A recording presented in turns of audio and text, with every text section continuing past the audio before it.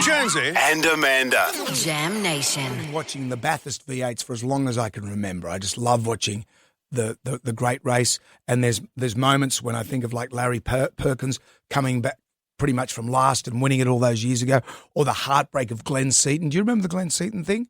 They've crossed to him. He's driving along. He's 3 laps ahead of everyone. He's got, I think, about 3 laps to go, something like that. And they're saying, well, Glenn, you've got this in the bag. He goes, yep. And at that moment, his gearbox goes. Oh, no. And I just remember looking at his face. It still gives me chills, the heartbreak of that race. But don't you think it's amazing, a race that goes for how many hours? 6, 7 hours? 6 hours, yeah. Thereabouts. How often it comes down to the wire. That's extraordinary. And it certainly did yesterday, that's for sure. The winner has been crowned.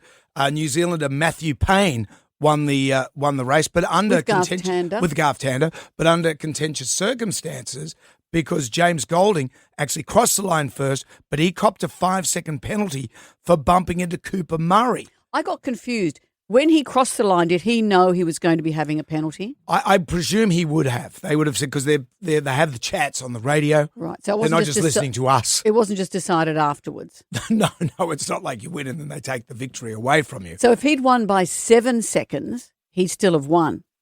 Yeah, that's what it comes down to. You cannot see squat up there. You cannot see where you're going at the top of Mount Panorama. What a way to finish this motor race. What an extraordinary day. So Goldie will cross the line first, but he's not going to win this motor race because of the penalty. And the victory for the 2025 Repco Bathurst 1000 belongs to Matt Payne and Garth Tander. So it would be a little bittersweet there, wouldn't it? Yeah, but the weather was extraordinary. The rain was so heavy. Well, that brought back memories of Jim Richards, and remember Dick Johnson, he lost that race to Jim Richards, and Dick Johnson famously said, I've been beaten by a car that was busted, that had been crashed, but they called the race because of all the rain. And that's when Jim Richards so they'd called the race off. Yeah, and then he made his space because everyone was booing him. He called them all a pack of arseholes. You remember that? No. You don't remember that? No. It was great to see Craig Lowndes and Zach Bates come in at number 10. Zach Bates is the son of Rick Bates and Alison Drower. Alison Drower, who was a good work colleague and friend of ours who passed away last week. So I was very proud of that effort from the how Triple Eight extraordinary. team. And how he would have had to, maybe it helped him to have something like that to focus on. That would have taken everything from him that day. Did you see the anthem? They were singing the anthem, and then we had our latest fighter jet. I think we've only got one of these, and the guy was just going hell for leather. He's doing wheel stands in it, he's doing all these tricks. But he came through at the end of the anthem, and nearly scared the crap out of everyone. Well, maybe he tried to drown out the singing. Well, then the conjecture is about the Sydney Lyric Orchestra, who performed this. If you stop me up.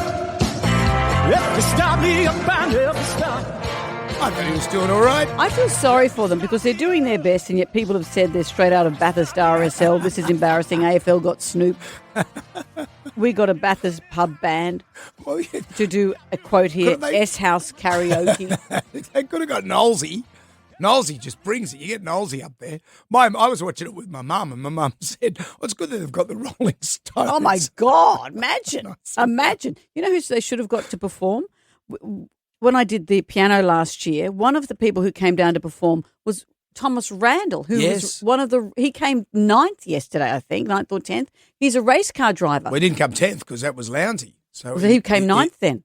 He really? came 9th. And he just comes to the piano and plays this. Oh, he's doing clocks. That's my voice. They're saying he's doing clocks, and I was right. Maybe they should have got Thomas on the keys. He's such a nice guy. Before the race. That might be infinitely better than Start Me Up. If you start me up. Do you want that or do you want this? Your collab. With me sighing in the background.